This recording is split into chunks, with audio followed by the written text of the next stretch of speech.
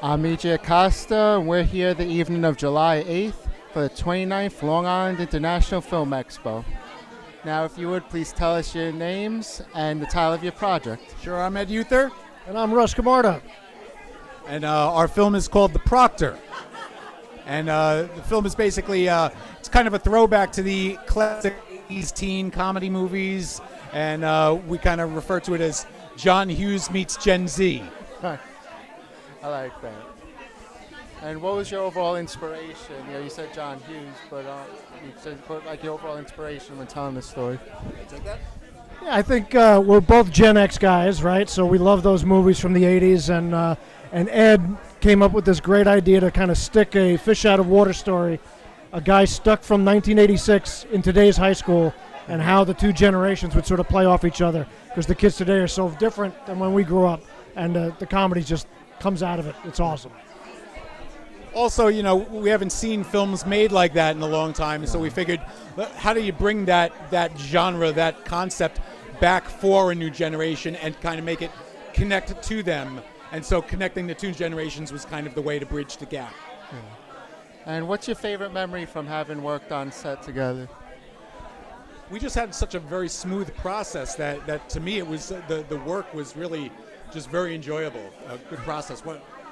I think when you make a film like this, at this level where the resources are tight, and you have to get everything done in a very efficient manner, the energy's high every day, so there's never any sort of downtime. And I think that's the best part about making these movies is you're really in the trenches with other filmmakers like this, and there's no feeling like accomplishing that when it's all done. We were also working with a lot of young people, and which was part of the concept of the thing is trying to connect. Well, what's this new generation about? How is it different than what we grew up knowing, and getting to know them. And we had a lot of great young actors on the set, and so it was fun connecting with them, finding out what they were all about, and it was a learning process on the set. Pretty cool.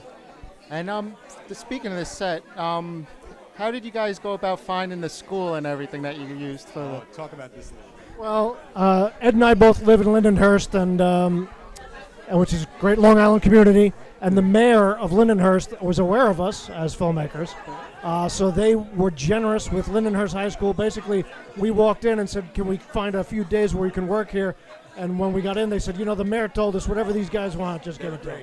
So they were fantastic. We worked in Massapequa High School. We had connections I knew some people that worked in Massapequa High School. So because I think where we come from as filmmakers on Long Island, we kind of had a little reputation, let us in, and we couldn't have done it without that. That production design makes the whole picture.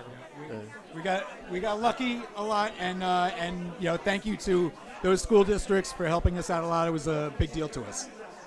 Well, it's an incredibly funny piece. Thank you for bringing it to life, and we can't wait for everyone to see it. Great, thank you for having us. Thank you.